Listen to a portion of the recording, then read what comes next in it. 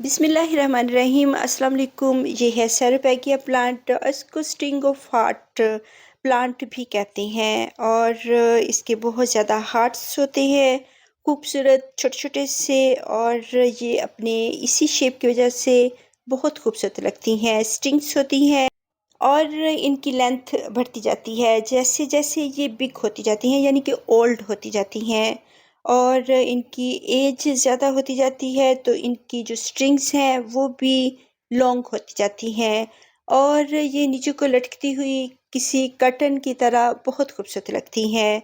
और ये succulent plant है, स्टिंग ऑफ हार्ट्स प्लांट। और इनकी बहुत सारी स्ट्रिंग्स बनती हैं और ये इनके ऊपर हार्ट्स बनती जाती हैं, जिसकी वजह से ये बहुत यूनिक सा प्लांट लगता है और दूसरे प्लांट्स के साथ रखा हुआ और खूबसूरत भी लगता है। इनके जो हार्ट्स होते हैं, इनके ऊपर कुछ डॉट डॉट्स बने हुए होते हैं, कुछ इनके ऊपर डिज़ाइंस बने हुए होते हैं और बहुत खूबसूरत ये प्लांट है। और वक्त के साथ साथ इनकी स्ट्रिंग्स लॉन्ग होती जाती हैं और बहुत मुश्किल होता है जब हम इसको न्यू अपने गार्डन में लेके आते हैं और बहुत गर्म इलाके में लेके आते हैं, तब इसकी जो ग्रोथ है वो बढ़ने का नाम नहीं लेती है, ये बढ़ने का नाम नहीं लेता। और काफ़ी अरसे तक इसकी जो स्ट्रिंग्स हैं बहुत छोटी सी रहती हैं और बहुत मौसमों की सख्तियाँ झेलने के बाद, बहुत ज़्यादा हार्श वेदर्स, बहुत गर्मी और उसमें ये जब रहते हैं तो इनका बढ़ना बहुत मुश्किल होता है। और फिर आहिस्ता-आहिस्ता वक़्त गुज़रने के साथ-साथ बहुत सारे मंथ लगते हैं, बहुत सारे ईयर्स लगते हैं, साल लग जाते हैं इनको अपने एक क्लाइमेट के साथ सेट करने में। यानी कि अगर ये ठंडे एरिया से आए हैं तो एक गर्म एरिया में इनको रहने के लिए और उसके क्लाइमेट का हिस्सा बनने के लिए थोड़ा टाइम लगता है, बल्कि बहुत टाइम लगता है। और कभी हम इसको उठा के किसी और एरिया में रख रहे होते हैं और कभी किसी एरिया में रख रहे होते हैं और इसकी समझ नहीं आती है कि इसको हम किस एरिया में रखें, किस जगह पे रखें और फिर इसकी ग्रोथ हो। कभी तो ये बिल्कुल ही ख़त्म होना शुरू हो जाता है और कभी दोबारा से इसकी ग्रोथ स्टार्ट हो जाती है। और मेरे भी स्ट्रिंग ऑफ हार्ट्स प्लांट के साथ ऐसा ही कुछ हुआ है और मुझे बहुत टाइम लगा है इसको समझने में। और आज की वीडियो में हम इसकी प्रोपेगेशन करेंगे और ये माशाल्लाह बहुत ज़्यादा बढ़ चुका है। मुझे डर है कि कहीं इसके जो हार्ट हैं वो डैमेज ना हो जाए, इसकी स्ट्रिंग से कट ना जाए। तो इसको बहुत एहतियात के साथ हम निकालेंगे। और इसके मैंने लास्ट टाइम 2 पॉट्स तैयार किए थे, यानी कि पिछले साल। और आज हम इसके मज़ीद पॉट्स तैयार करेंगे और इतनी अच्छी इसकी लेंथ देख के जो खुशी होती है और बहुत हैप्पी होता है कि हम थोड़े से सक्सेसफुल हुए हैं इसको अपने गार्डन में रखने में। और अभी भी मुझे बहुत डर लग रहा है क्योंकि इनको इनकी जगह से हटाना और फिर इनको एडजस्ट दोबारा से होना, और इसमें भी ये फिर टाइम ले लेती हैं। और जहाँ पे ये भरती हों इनको उसी जगह पे भरने देना चाहिए।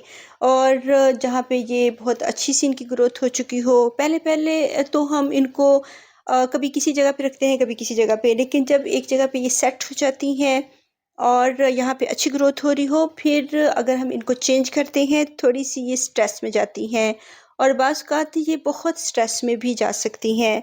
और सितंबर का मंथ है और आगे सर्दियाँ आनी हैं और बहुत सर्दी मेरे एरिया में नहीं आती है, बस 1 और 2 मंथ्स के लिए ही यहाँ पे सर्दी आती है। तो इसमें इसलिए जो प्लांट्स हैं ये आगे सर्दियों में अच्छी इनकी ग्रोथ होगी, वरना तो जो ठंडे इलाके होते हैं वहाँ पे इनकी जो ग्रोथ होती है वो गर्मियों में बढ़ती है।